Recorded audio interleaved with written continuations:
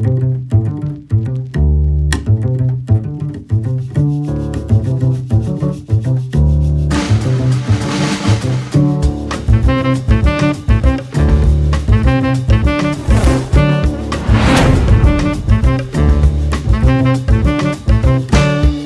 make sure you follow us on Facebook, like and subscribe to our YouTube channel, and of course, hit the bell to activate notifications that will remind you when we're on. Please be sure to leave us a comment to let us know how we're doing. We'd love to hear from you.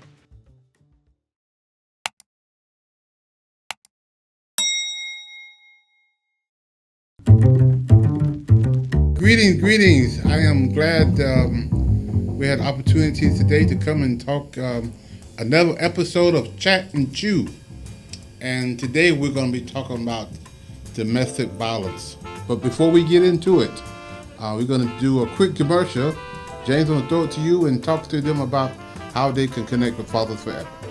Thank you, Glenn. I'm glad to be here. Yes. Good to see you.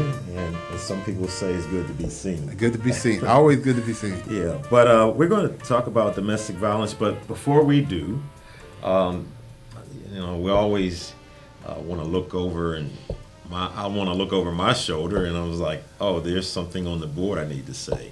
So that something is, yes, we would like for all of our subscribers, all of our viewers to subscribe to the Facebook channel, or if it's YouTube, subscribe to our YouTube channel. Definitely hit that subscribe button and hit the bell so that you'll know when we're on. Thank you for that, James. Once again, today we're going to be having a discussion about domestic violence, which is one of the sad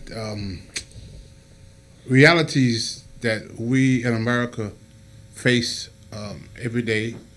It's a devastating event. The place that people should call home, that do call home, a place of peace and tranquility, yes, supposedly, often becomes a place of destruction and violence. And consequently, that's why it's called domestic violence. So before you go any further, domestic violence, what is that definition for domestic violence? Because the word domestic means home. Okay. So violence could happen anywhere, anytime, Mm-hmm. from a stranger, from your friends, your coworkers. But domestic means it happens in the walls of the home, the house. Okay. And that's why it could be so devastating. Right. As I mentioned earlier, that's the place that you're supposed to be safe. And a lot of times that violence isn't being reported, or A lot of times it's not. Yes, and we're gonna get into some of discussion today, and today we're gonna take you into one of our classes. Yes. We have a 12-week class, Fatherhood. Fathers Forever have a 12-week fatherhood class.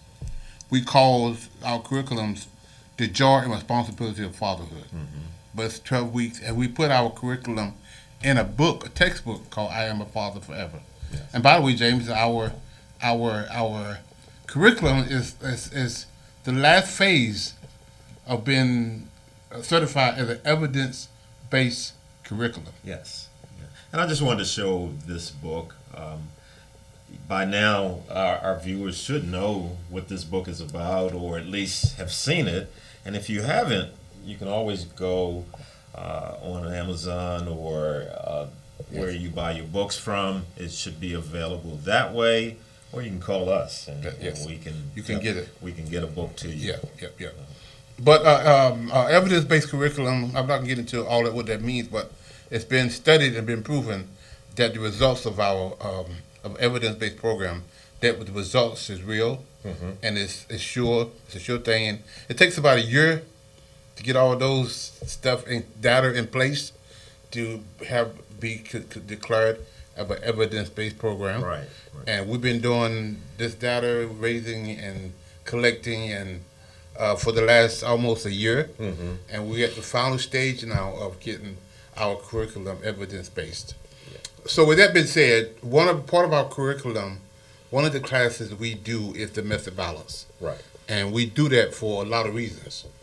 We're dealing with men. So James, some of my issues have always been we provide women a place, we got to do that. Domestic violence is so devastating.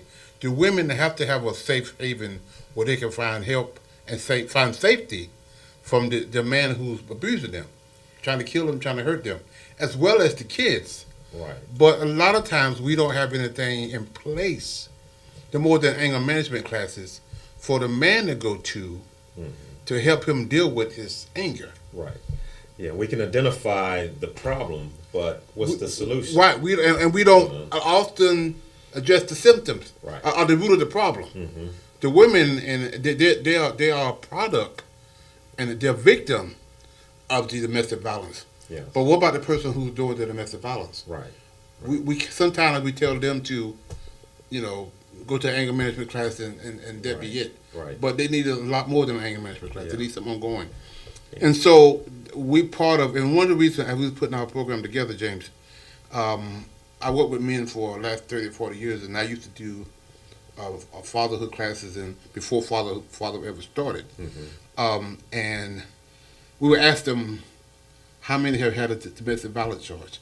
Yeah. And every time I ask a group that, James, about 40 to 50% of the men in our class will raise their hand and say they've had domestic violence charge. And some of them don't raise their hand. Some don't, exactly. But we know that it exists. It exists.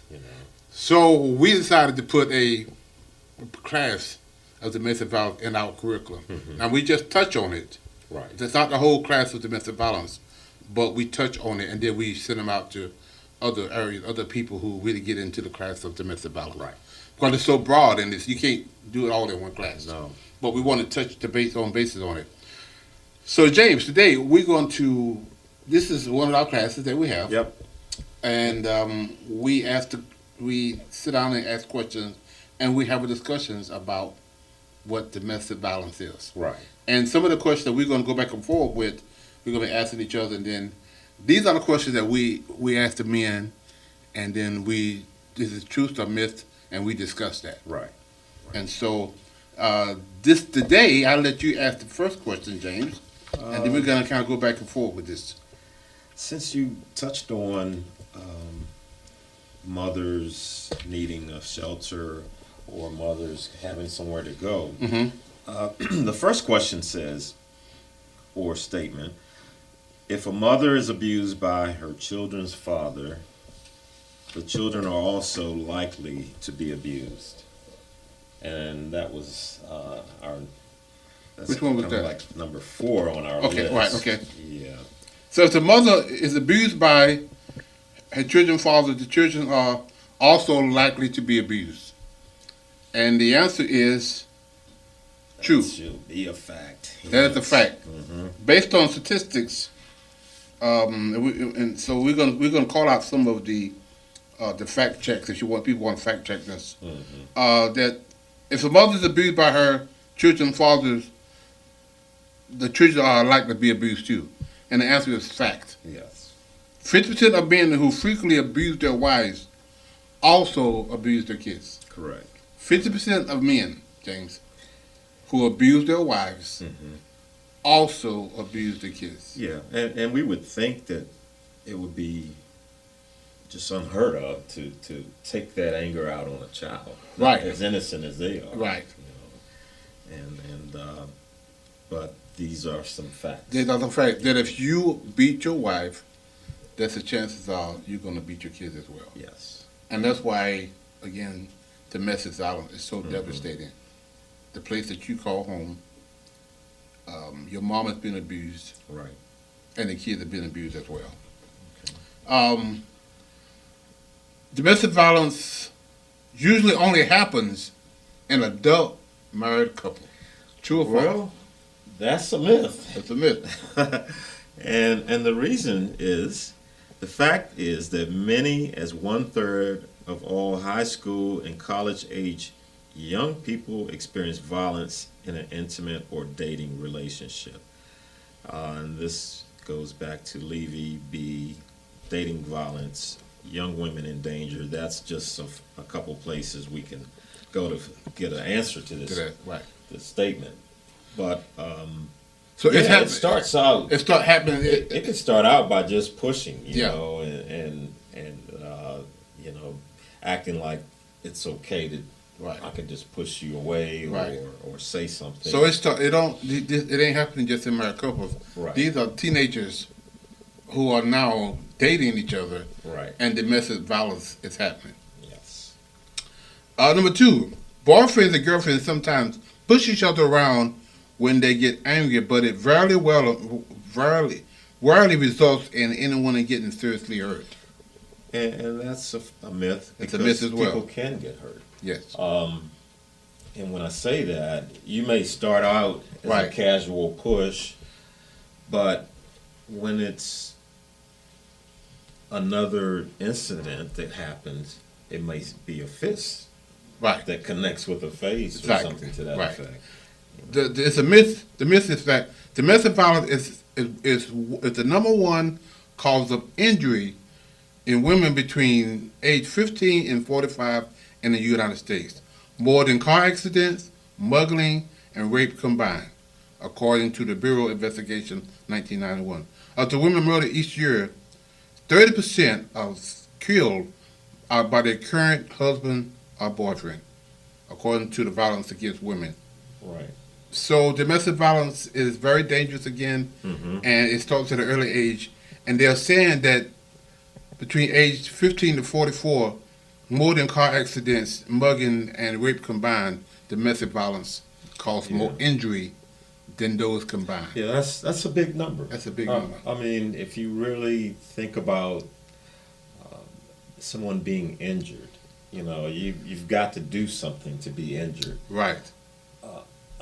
Outside of a car accident, Right. or as it mentioned just now. Right. And that's a big That's a big number. thing. Yeah. Right.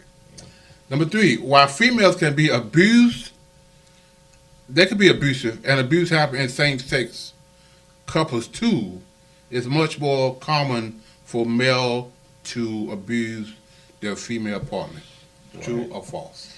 So that will be a fact. That is a That's fact. a fact. That is the truth. It says about 95% of known victims of relationship violence are females who are abused by their male partners. So now, why it's about that? The statistics saying 95% that high. They are the main culprit. Well, and sometimes males don't report the females. Oh yeah, that's true. Abusing them. I mean, I knew of a personal situation where a family member was abused by her, by A female. and he didn't stop it. He just protected himself. Right. But when she got mad with him, she hit him. Yeah. And that goes he told of us about it, but he didn't call the police to report it. Right. So that number is not necessarily, it's true, but part of the reason it's true is because men don't report when they've been abused. Yeah. It's interesting that they don't do that. It's kind of embarrassing for you to do to go call the police and say, hey, my wife is beating me up. There's a good chance that's probably not going to happen. Right. The cop show up and you just you're twice as big as he And he's laughing. Like, you really? Your wife is beating you up? Are you really serious? So it goes unreported. Yeah. And a lot of times that number is so high. But I also understand that we get that most of the time it is the man who is abusing. He's initiating this. Yeah, and as well as his kids, as we talked about earlier. Right. Number 5, most people were in a relationship with their boyfriend or girlfriend hit them. Most people were in a relationship if their boyfriend or girlfriend hit them. True or false? That's going to be a myth. That's a false. That's a falsehood. Yeah, that's false. Usually, the first time around, they're not going to break up. Right. And then it can become a habit. It can become something that is associated with that relationship, that couple. Right. But it shouldn't be happening, period. Let me read the answer. Okay. The fact that 80% of women who have been physically abused in their intimate relationship continue to date their abuser after after the onset of violence. Right. That's the 1991 Federal Bureau of Investigation, the Uniform Crime Report statistic says that 80% of girls who've been abused physically by their boyfriend and girlfriend continue to date them. Yeah. And sometimes this sounds a little crazy and off the wall, but they said, so I've heard it said, oh, that's how he shows his love Yeah, to me. yeah. You know, come on now, that's not love. Yes, right. And sometimes we can give you a definition of what love is. Right, that ain't it. And sometimes there's other reasons why they don't leave. And we get into a little of that. I think we have another question that's going to talk about that. Okay. People abuse their partner because they can't control their anger. Is that true or false, James? Right. They can't control their anger. They can. They don't control the anger. That's what the guy said. They can't control the anger. And I push back with us like, nah. We get a lot of pushback. Yeah, on they that can't. one. They can control the anger. They choose not to. And I want to. It's a choice. I want to read one of the quotes in chapter 9 of our book with domestic violence. Okay. One of the quotes says, "Abusers often claim they lost control, but the fact is they abused to gain control." So if I remember, and I hope that this didn't happen, but I remember when they had irons that didn't have the steam, they just was hot. Right. And you put it on a shirt, you're going to mess up that shirt You can mess if up you're that not shirt. paying attention. Right, exactly. And you know, I'm pretty sure somebody's shirt got burned like that. Right. And it was, and the person needed to get to their appointment. Right. And they can say, "Well, you made me do this. Right. You Exactly. know, you made me hit you because you burned my shirt." Are you overcooked my eggs? Right. My toast is burnt. Right. So people don't necessarily abuse because they lose control. They abuse because they want to gain control. Right. So if I can intimidate you and keep intimidating you, I'm going to keep doing it. And how do I do it? Is by keep abusing you. Right. So the answer is people abuse not just because they lost control, but because they gain control. I mean, because they want to gain control. Yes. Yes. All right. What was the next one? Let's see. We could go to. I got number 7. Most men abuse their partner growing up in a violent. Most men who abuse their partner grow up in a violent home themselves. Technically, that's a fact. That's a fact. They've witnessed the abuse. They've had it firsthand. Right. And if they see that as a way to communicate with another individual, Manipulation, control. then I'm going to do it too. Right. And it may not start. It may start as early as school age. Right. You know, Because they see that bullying. They see Right. it works. Right. Yeah, my dad got results. Right, exactly. I'm going to Right. get some good Right. results. So too. So one of the guys said, James, he said, Mr. Glenn, I was ordered to your class because I wasn't paying my child support, and I hit my wife, and I ended up with the domestic violence charge. So I said, what did you get? You know, we talked about it. He said, I watched my father beat my mom a lot, and it works. And so when I got married, I decided I was going to do the same thing because it worked for my dad. It didn't work for me. Because when I hit my girlfriend, she was not having it. She hit back. She hit back. She called 911, and I got a charge. Right. You know, we got back together, but he said that that kind of learned behavior of bullying and how it worked. My girlfriend wasn't having that. So, if a man receives a domestic violence charge, then his life is going to be impacted greatly. Greatly. I mean, we talk about this in the class. Domestic violence charge is one of the most, not dangerous charge, but the charge that you don't want to get at any cost. Right. It got consequences far beyond that day that you abuse. Right. Number one, you're going to go to jail and 911 call. And if there's no bail, no bond, if you stay with the house, well, there is one, but you got to be in there 48 hours, I think it is. Yeah. If you live with the person, it's got to be 36 hours. Right. If you don't live with the person, I think it's 48 hours. And no, those no bond. No bond. Well, no bond. You can't bond out until the 48, they call it a cooling off period. I think if you live with the person, it's 36 hours. I might have it wrong. But if you don't live with the person, it's 48 hours. It's called a cooling off period that you have to cool off before you can even bond out. Right. Then chances are you're going to be ordered to anger management classes, Right. which can get very, very, very, very expensive. And you can be told you cannot go back to that house. Yeah, exactly. It's a restraining order. Right. So Restraining now, orders. yes. All those things can happen. And then sometimes when you go get a job, if they find out you got a domestic violence charge, you may be qualified for the job, Right. but they can't hire you Why is because that? of their liability insurance Oh, on their side of the company. more consequences. Yes, more consequences that says you can't hire no person with a violent background. And it could be your uncle who owned the company. It doesn't matter. If the liability company says you can't hire people who's got a violent background, they can't hire you. Wow. So the consequences goes beyond that day, and it gets bigger and bigger, Right. and it's for a long time. Yeah. So domestic violence is not really a good.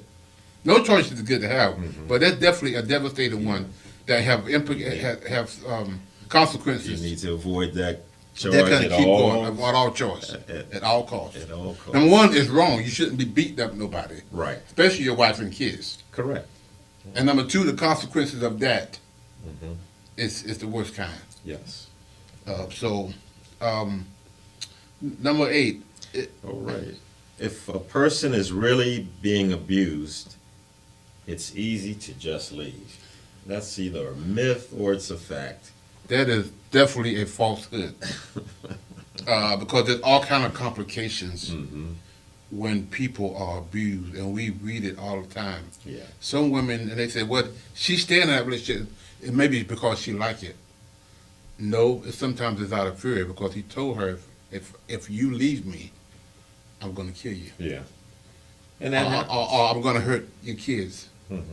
And we've seen that over and over and over again in the newspaper, where a father, husband, kills his wife and then kills himself. Right. Or, Right. He's Go to her job the, and just- the murder suicide Because it's- type thing. yeah, and sometimes she knows him more than everybody else because she lived with him.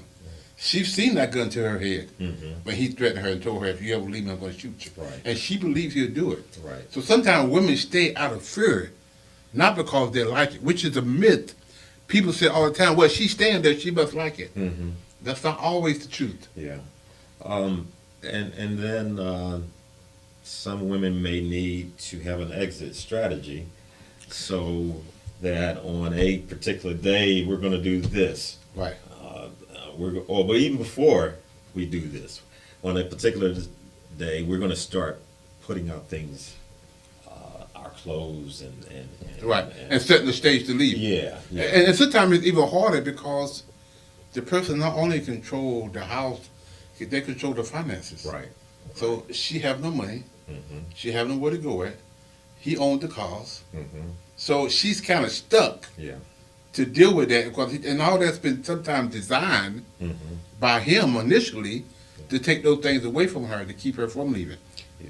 And so and, he and can. by no means are we saying to our women viewers, you just so sad, too bad, so sad. I mean, I've heard statements like Right. that before. Right. No, you really need an exit strategy if there's Yes. no change in Right. terms of Nobody should live in an environment where they are constantly abused Yeah.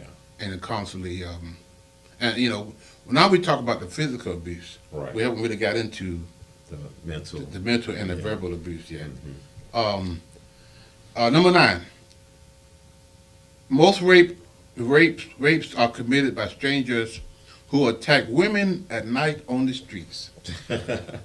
Well, we know maybe our viewers don't, but that's a myth. That's a myth. It's going to be a myth. Most rapes are committed by strangers who attack women on the street. That is a myth. Right. According to the United States Department of Justice, about 80% of rape and sexual assault are committed by partners, friends, or acquaintances of the victim. So they know their their abusers. Yes, And, yes. and it's not. I was in a back alley somewhere, Right. And I got raped. Well, And no, according you're to not them, walking right, back there right. anyway. 80% of the rape is done within somebody that you know. Yeah. And a lot of times it's your husband. Mm-hmm. You know, you've been fighting all day, you've been fussing all day, and he want to have sex, and you're like, no, we're not doing it, and then he beat you. Right. Or he hold you down and say, I'm going to take this. Right. When it's not, when it goes from being consensual Mm-hmm. to I'm going to take this, it's rape. Yeah. And you say, this is my wife, and I have a right to it. Right. You have no, you have a right to rape her. Mm-hmm. No means no. Right. That's correct. That's the bottom line. No means, so no men should have an opportunity or feel they have a right to violate their wives when she says, I'm not in the mood tonight. No, we're not going to do this, and you take it, I'm your husband, and I'm going to get it if I have to take it. That's rape. So there's probably been a history of that type of event happening. And I can't speak for other countries, but, you know, some men will say, I'm in charge, I'm the boss around here, and I'll do whatever I want to do, and I have more rights than you have. No, You know? y'all are equal. Mm-hmm. You know, you might be the head, yes, Right. but you're still equal in relationships. Yes. I mean, you don't have a right as a husband or man to force your wife to have sex Mhm. when she said, I don't want to. Yeah. She got her own will and she can say no. Right. And anything other than that is rape. It's rape. And rape is really it's a police term. Mm-hmm. Because sex is sex. Yeah. But when you take it by force, it's called rape. Okay. Whether you married to that person or not, Right. that's rape. Yeah. That's a fact. Some fact checking needs to go And, on. and about 80% of rape and sexual assault are committed by a partner, a friend, or acquaintance. Wow. So These statistics are, and I want to tell all of you, want to go fact check these statistics, please by do. all means go and Google it and AI and pull it up. And some of these are old 1995 statistics, so it might be even higher now. Yeah, they possibly so. Yeah. A pregnant woman is at risk, even a greater risk, of physical abuse. Now, that is one that that I can't wrap my brain around. I know But it's a fact. it's a fact. It's a fact. I always would say I love seeing a pregnant woman. I think they are the sweetest faces when Yeah, they got a baby inside of them. You know, but can you imagine someone I can't. I can't. trying to destroy I can't. that life? Not only the mother, but doing things that could impact the existence for that child to be born. That's You know. Okay. Pregnant women are. The answer is pregnant women are especially at risk of abuse. It is an estimate that more than 1/3 of pregnant women are abused, according to the Domestic Violence Source Book, Miss House in Los Angeles, 1996. It is common for physical abuse to begin to escalate during pregnancy. Yeah. That is crazy. I remember a friend of mine who said her husband was mad at her and he pushed her down the steps and she lost her baby. You know, and that's just one story. I mean, we had something in the news not so long ago. I won't call any names, but an ex-football player. Yeah. Right. He tried to kill his wife. Right. The baby survived, but the wife didn't. Right.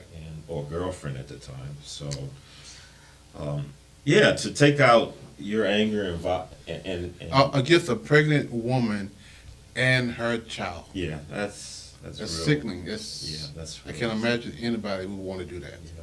Yeah.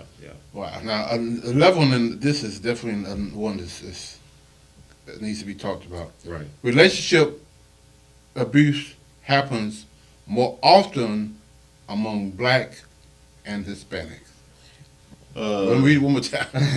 Relationship abuse happens more often among Blacks and Hispanics? Now, I don't know who put that question together, but I can't. That's a I sure. I have to say that's a myth. That's a sure falsehood. And one of the reasons is, okay, so people who lived in the projects or low income housing, Right. they get abused. They have to go to the emergency room for the doctor to treat their broken nose, their broken arm, their broken rib, Right. whatever they, Mhm. blackened eye, whatever. Yep.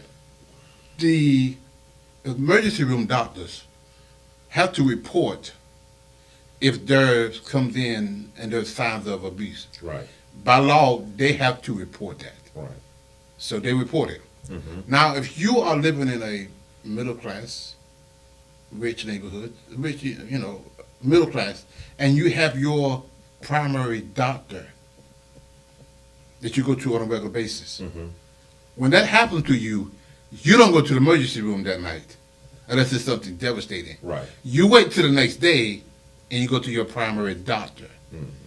Now, he's going to treat you with that black eye that you said the box fell down from the shelf, that broken rib where you see you fell Right. down the steps, Yeah. or that broken arm, and he's going to treat that.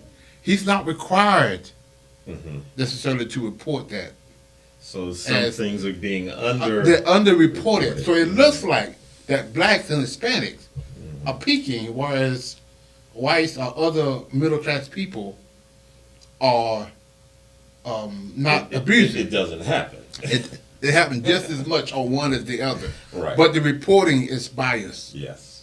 Yes. And because again, he's not the primary doctor is not necessarily going to report that, even though he may know that, Yeah, at some point in time he may, but that's your regular doctor, and he probably know you and your husband both, so he's really not going to, He's not may gonna not report that. make any waves. He might not even ask a whole lot of questions. Mhm. And so that's why the unequal reporting, Yeah. that it looks like the poor people, black and Hispanic, are the more domestic violence there. Correct. Correct. But it's not true. Domestic violence is across the board. Now, there's one more question, and I think a couple more, but I want to get into a story before I know we're having to wrap up. People who are abused also blame themselves. We talked about this earlier, Yeah. James. Yeah. We did. If you get abused by your partner, sometimes you say, you cook something that I did. It's my fault. I cooked the Yeah, eggs too dark, the toast is burnt, and he just got mad with me Right. and hit me, and therefore it's my fault. Mm-hmm. Or I looked at this guy wrong, and it's my fault, and he slapped me. Right. But to end this section, James, there was a story. I don't know if But that is a fact, though. yes. Yeah. Yeah. That's what the victims mostly do. Yes, Yeah. they blame themselves for it. Right. Yeah. So there were back in the day. There was a movie called The Burning Bed. Yes. Farrah Fawcett, was She was in our she was in our age. Our age group. She was a hot model. Everybody, Farrah Fawcett was, she was a good-looking girl woman, and she did a lot of movies, and she was a well sought out movie star. Yeah. Well, they did a movie called The Burning Bed. Farrah Fawcett played the wife of a man who was an alcoholic, a drunk, an abuser. Right.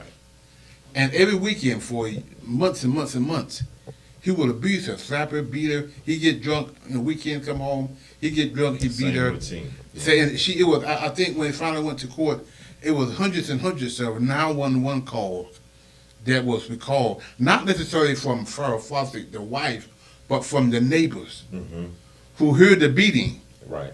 and they would call and they would go out there, but she was afraid to press charges, and the police didn't have authority to press charges. So they would show up, but they would have to leave Right. because she wouldn't press charges. Well, one day, Farrah Fawcett, this woman, based on a true story, got so fed up of this, and she tied him to the bed after he beat her up one day. He had passed out. Passed out. She Yeah. tied her up to the bed and burnt the bed and the whole house down. That's why they called the movie The Burning Bed. Yeah. She, so they arrested her for premeditated murder Right. because she took the time to pour gasoline on him and set the house on fire. Right. Well, she goes to court and she won the case, the lawyer, by temporary insanity. Yeah. And he used the 911 calls, and I think sometimes he made the jury listen to a lot of those 911 calls that they was calling them about this woman getting beat up on a regular basis. Right. And the police department, had, really based on the laws, couldn't do a lot about it because she had to press charges. Well, when that came out, you saw the community begin to shift, and they started demanding some laws to be changed. Correct. So now they empower the police officer when they go out to a house and they see that somebody has been abused, somebody's been bleeding, the man or the woman, they have the power. The police have the authority and the power then to arrest that person, regardless of whether the other person pressed charges or not. Right. They can arrest that person and take them to jail. Correct. And so that's what they have been doing on a regular basis. So the laws kind of change. And so now the police department, when he shows up, if both of y'all are bleeding, there's a good chance that both of you are going to go to jail that night. That's right. Find the babysitter for the kids, because both of y'all going to jail that night.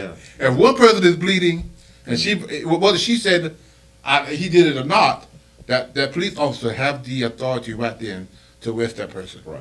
And we've been in the child support court, we've been in the domestic violence court, and we see a lot of cases come in Similar. similar to that. Yeah. On the other hand, people have abused that because they see it as a way of getting my husband out of the house. Right. He done something, he had an affair, I want him to leave, he won't leave, so I'm going to create A situation. a situation where I'm going to get him to hit me, and I'm going to call 911. I'm going to have him get arrested and get him out of the house. And so we wrote a story about unintended consequences of a lady who did that. So we don't have time to get into all of that tonight, but I just wanted to give our audience, I know we got to wrap this up, I wanted to give our audience a class that we do on a regular basis. Absolutely. About domestic violence and how devastating domestic violence is, not only to the family, the mom, to children, and so if you know of a person that's been abused, and try to get them help, try to talk to them about getting help, and understand the devastation of domestic violence. Nobody should have to live under that. So, James, I guess with that being said, we're going to sign off. And again, get this, share this video with your friends. If you know somebody who's struggling right now with domestic violence, if you're a man and you know your boy is having an affair, beating his girl up, have a conversation with him, talk to him, and it's like, man, you need to stop doing this. Yeah. You need to stop. I tell James, men all the time, James, most of us are bigger or stronger than our women. Correct. Yeah. We're stronger than our women. And our job is to protect them, not abuse them. Correct. So our statute is designed for us to protect our wives and our family, not to abuse them. Yeah, because at some point, this woman was somebody's sister, was somebody's daughter, was somebody's auntie, somebody's grandmother. We don't want nobody. Nobody wants you. Nobody wants you beating on your wife, Nobody. or your daughter, or your granddaughter, or your aunt, or your grandmother. Nobody wants that. So, and there's help for men who are abusing. Right. You can give and realize what this source of anger coming from, that I take it out on the people that I love. Yeah. So with that, we can talk about this again and more, but now we're going to sign off, and I want our audience to, as James said, always go to our YouTube page, go to the Father Forever website, www.afatherforever.com, and watch our website and look at some things that we're doing in the community and things we're doing to men. So until we meet again, I'll say Father Forever is all about healing fathers, saving families. Take care. Bye-bye. Take part in the Dads at a Distance initiative by giving a copy of I Am a Father Forever to a friend or family member, or host a reverse book signing at your business, church, or organization. You can also contribute by joining the Fathers Forever monthly donor membership program. By becoming a monthly donor, you're directly contributing to the success of Fathers Forever programs and the men we serve. Choose the level of support that's right for you and enjoy exclusive perks designed to connect you to our mission and impact. For more information about this or any other method of support, please visit our website at www.afatherforever.com/donate.